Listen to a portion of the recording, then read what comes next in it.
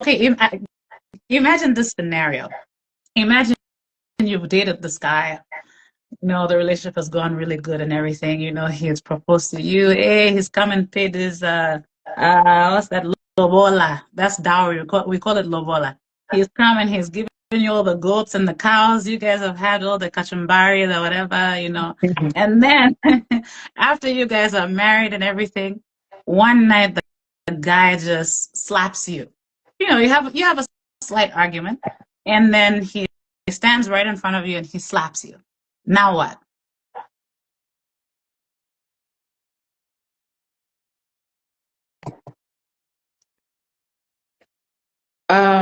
I believe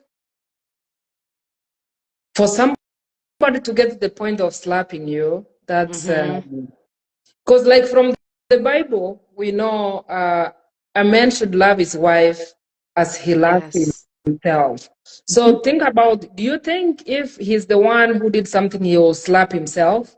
No. Hmm. For somebody to go ahead and slap you, I think that's physical abuse right there. You should sit down and revisit what happened. What should you do next? What should you do at the moment? You know, I'm a woman. I don't really, like, I guess maybe I've never been in a physical abuse, so I can't talk about it that much, but I've heard about it. I've had women who have gone through that. I think that should be a red issue. You should take it seriously. It's a red flag, and you should take it seriously. Okay. Okay. And so what about you, T? She brought up a good point. In Ephesians 5, it talks about marriage, Christ, and the church. So it says, husbands, love your wives just as Christ loved the church and gave himself for her. So let's say that he doesn't know how to love himself well. He can look at the way Jesus loves the church and to know how to, at least Jesus has set the standard as to how he should love you. But if somebody strikes you, I would say let's backtrack, like she mentioned, and to say, hey, did we do premarital counseling? Did that come up? And are we, of course, after that happens, I guess you can go to the counselor and have that conversation. But I haven't been in a situation like that, but I would probably leave because in the moment, not saying exit the marriage, because once you're in there, give it your best shot to work it out. But I would say just I mean, for somebody to just slap you, it's not out of nowhere. It's not out of nowhere. There were signs, whether we missed them or not. But I think it's to step back, separate for a minute, and to gather and get resources and get help. I think this is a place where you have to, because for somebody to slap you, he might be having some mental issues. He might be having some anger issues. Yeah. Some undiagnosed mental health issues that you have to take into consideration. Let's take, for example, like when a child does something wrong, usually a parent is not so quick to kind of discipline the child. You have the child, sit with the child, talk about it. Tomorrow, if she does the same thing, you're going to talk about it. After the child repeats the same thing over and over, and then, you kind of, okay, now it's a real discussion. Maybe spanking, because I mean, yeah. So I guess for somebody to come and slap you like that, I think it's more than he will do it again. Yes. Yes. And that's actually the place where I was trying to get at. Because remember how I talked about the chameleon factor, somebody maybe because people can hide their characters. Actually, they really can. And that's why some people, their husband walks out on them and they say they never saw it coming. And a lot of people say, oh, you had to have seen it coming, you probably saw the signs, and maybe there weren't signs. Maybe the person was was really good at hiding. So I do think that when someone does that, when someone slaps you, yes, it's a step back moment.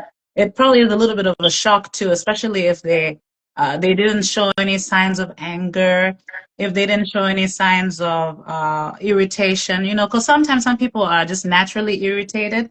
There's some men who are like that, like T you mentioned.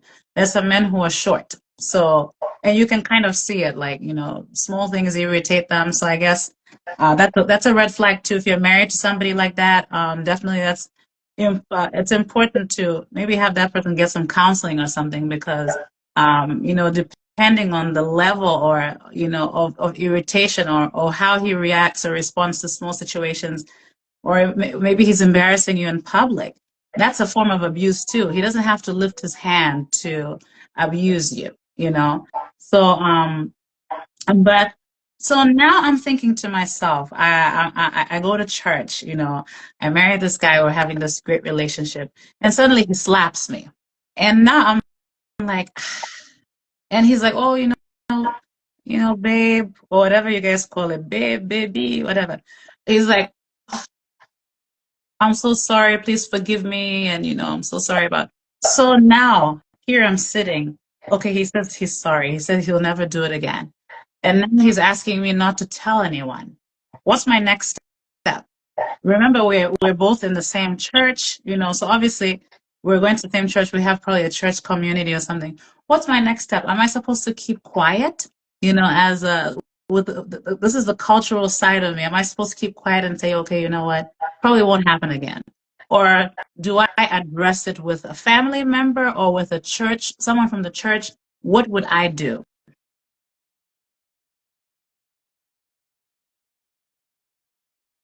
You gonna go ahead? Me? Yeah. Sure.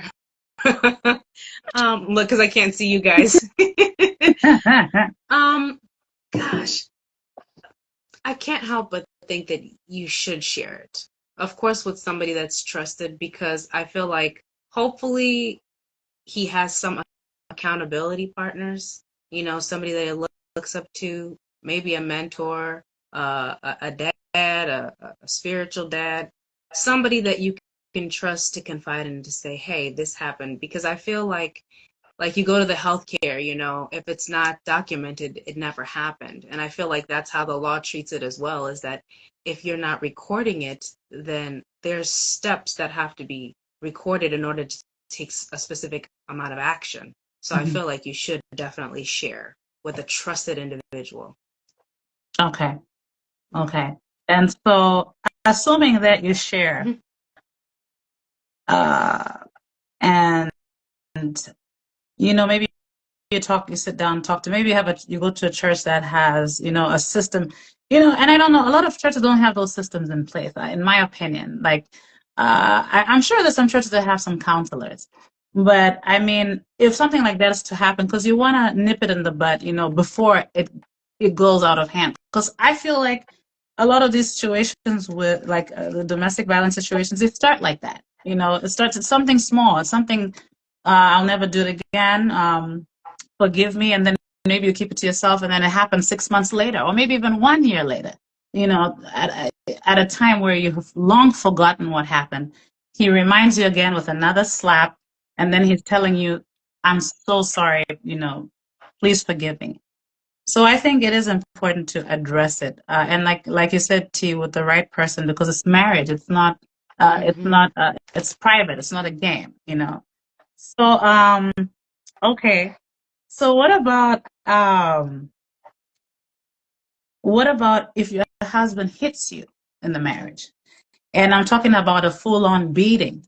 So if maybe you guys have an argument, you know, and things get, you know, out of hand, get extremely heated, and you guys have a physical altercation, full on, and then after everything is over, he apologizes to you and says it won't happen again. And maybe that's the first time. Won't happen again. How would you handle that as a Christian woman, as a woman? How would you handle that? Okay. First of all, let me say this. For somebody to slap you like that and come shower you with gifts and, love bombing, gifts, take you out for a nice place, affection, all of a sudden, like, you feeling this kind of, love, taking you out on a date, flowers, nice Gucci or, Versace purse or something. That's a red flag. I think to me, we shouldn't take it literally. We should actually seek professional counseling. I feel like taking it to the pastor,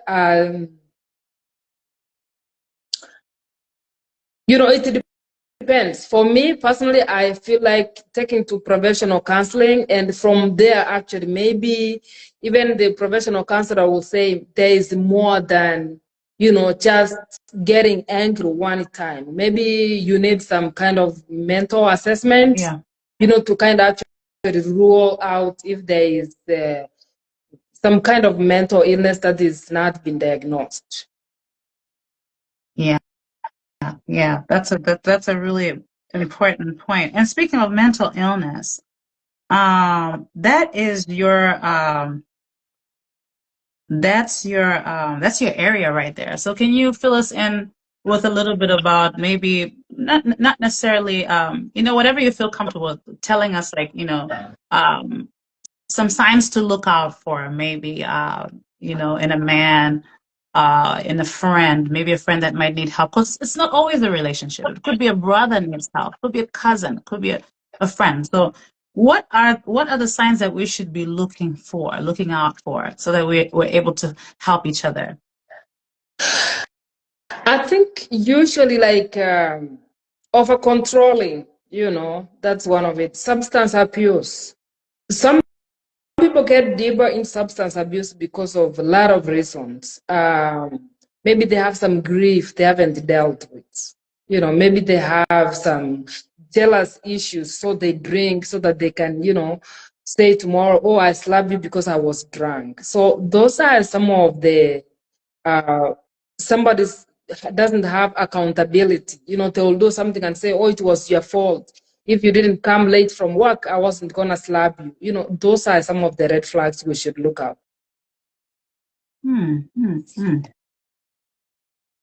T? I think it's a good time to share some stats.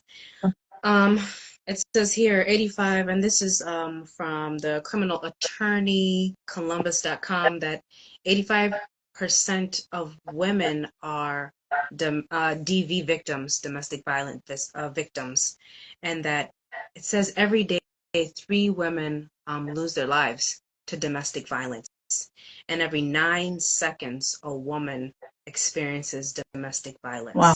So yeah, I mean, even while you're talking, you're describing this, it's getting me emotional. It's like,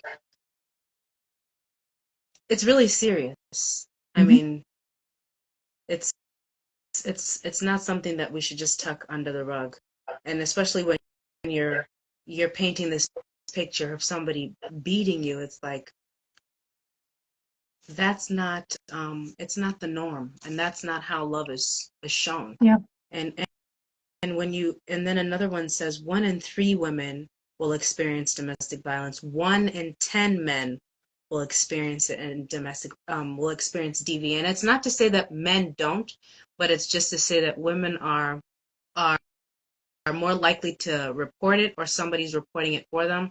A lot of men experience domestic violence as well, but they keep it to themselves, and that can actually result in mental illness with depression and anxiety and PTSD.